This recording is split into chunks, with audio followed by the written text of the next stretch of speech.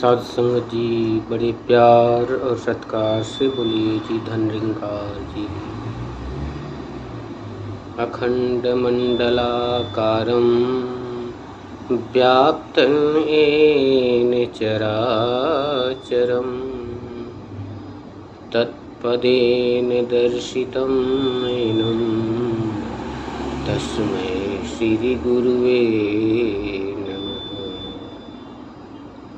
सत्संग जी प्यार से कहिए धन्यकार जी। सदगुरु माता सुदीक्षा शबिंदर हरदेव जी महाराज की जय। निरंकारी राजमाता गुरु बचन अवतार की जय। सत्संग जी सतगुरु जीवन में बड़े सोच समझ के करना पड़ता है। सत्संग जी पुराने ज़माने की कहावत है कि पानी पियो छान के और गुरु करो जान के। सत्संग जी कहते हैं कि ये मन एक वस्तु के समान है और इस वस्तु को उदाहरण देते हैं महात्मा कि लोहे को अगर किसी लोहार के पास दे देते हैं तो लोहार के पास जो गुण होता है, छेनी, कटारी, हथौड़ी, ऐसे तमाम नुकीले, तीखे, धारीदार पदार्थ बनाने का गुण उसके पास विद्यमान है और जो गुण उसके अंदर है सत्संग जी वही वो उसमें ढाल देता है। अब चाहे आप फावड़ा बनवा लो, कुदाल बनवा लो, तलवार बनवा लो, कटारी बनवा लो, उसके गुण वही हैं लोहार के। लेकिन सत्संग जी वस्तु वही है। जब वही वस्तु किसी सुनार के पास जाती है तो उसकी कीमत 100 गुना बढ़ जाती है। वो उसी धातु से भले ही डुप्लीकेट है लेकिन उस पर रंग चढ़ा के सोने का और उसको हार बना के गले का श्रृंगार बना देता है। जो कुछ समय पहले खतरनाक थी वो अब श्रृंगार बन गई। कहने का तात्पर्य है सत्संग जी कि मन जो है इसी प्रकार है धातु की तरह। जब हम किसी ऐसे गुरु के पास इसको उलझा देते हैं जिसको इस परम तत्व का ज्ञान नहीं है तो उसको संसार में हमें उलझा के वो खुद भी उलझ जाता है और हमें भी उलझा सकता है। लेकिन सत्संग जी जब कहते हैं कि सतगुरु सुनार रूपी मिलता है तो जीवन के संवार देता है, लोक और सुखी दोनों परलोक कर सुहेला कर देता है। सत्संग जी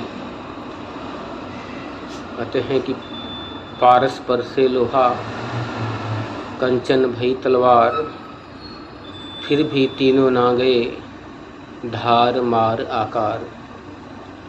सत्संग जी अगर किसी लोहे की तलवार को पारस पत्थर पे धार लगाएं तो जैसे ही उस पर टच होती है वो तलवार सोने की बन सकती है। लेकिन सत्संग जी जो उसका धार है, मार है, उसका वार है वो नहीं मिट सकता। लेकिन जब वही तलवार सत्संग जी किसी सुनार के पास जाती है तो कहते हैं कि सतगुरु मिले सुनार तब तीनों मिट जाते हैं धार मार आकार। जब सुनार रूपी सतगुरु मिल जाता है तो उस तलवार को काट काट के पिघला के सोने का हार, नथिया और भी बड़े सारे गहने गढ़ के बना देता है जिसका कीमत बहुत ज़्यादा बढ़ जाती है। इसी प्रकार सत्संग जी सतगुरु को देर भले ही लगे लेकिन सोच समझ के करना जरूरी है। ये मानव तन सत्संग जी मिला है इस परम तत्व परमात्मा निराकार ब्रह्म जो अखंड है, अडोल है, जिसके विषय में ये शास्त्र ग्रंथ सदा बताते हैं कि हरि व्यापक सर्वत्र समाना, प्रेम से प्रकट हो ही मैं जाना। कि कहते हैं साध संगत की बिन पग चले सुने बिन काना, कर बिन कर्म करे विधि नाना, आनन रहित सकल रस भोगी, बिन बाड़ी बक्ता बरजोगी।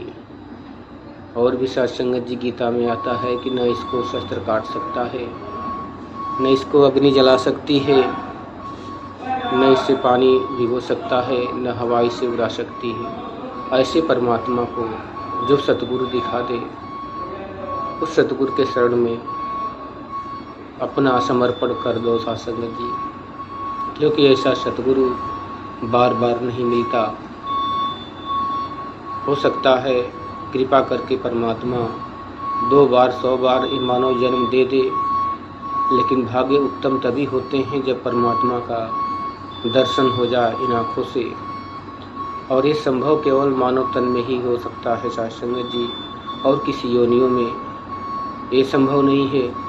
क्योंकि और योनियों में पेट भरने, खाने पीने, सोने की ही कला होती है। उनके अंदर भी दया होती है, प्रेम होता है, लेकिन साध संगत जी जो चेतन शक्ति है, जिसको परमात्मा कहते हैं, ये आत्मा परमात्मा की अंश है कि ईश्वर अंश जीव अविनाशी, चेतन अमल सहज सुख राशि। जब तक इसको जान नहीं लेती, देख नहीं लेती, इसमें इसका वास नहीं होता, तब तक ये मृत्यु नहीं हो सकती। साध संगत जी मुक्त होने के लिए इसको इस ईश्वरी तत्व में समाना पड़ेगा।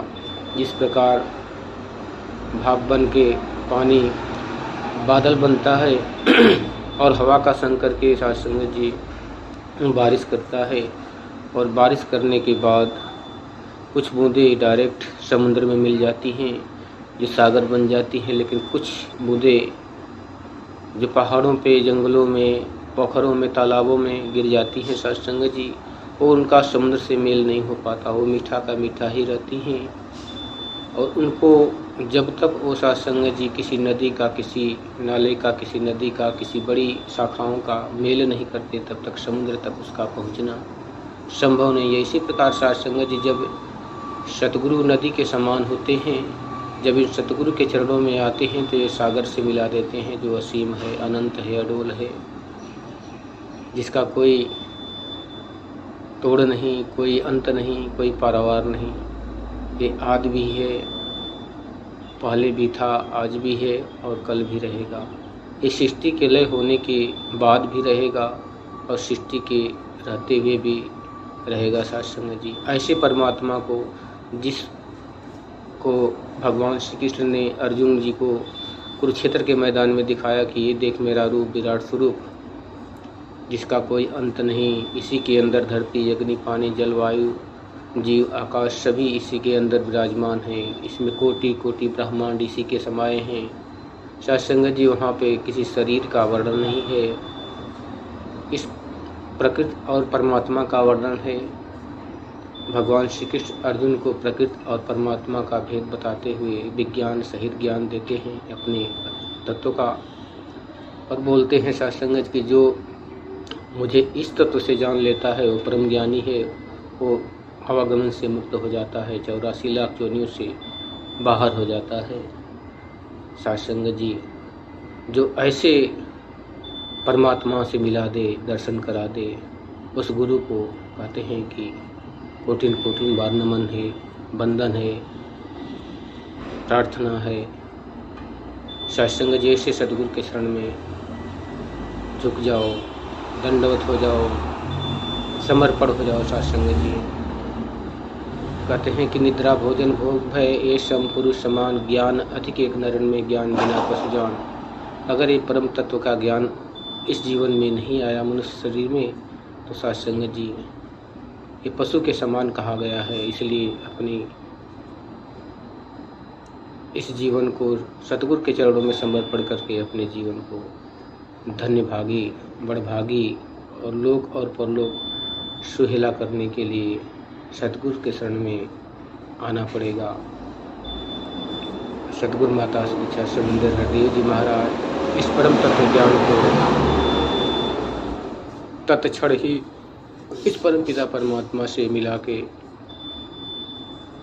दर्शन करा देती हैं सत्संग जी। इसमें ना कोई पूजा, न कोई विधान, न कोई कर्मकांड का जरूरत नहीं।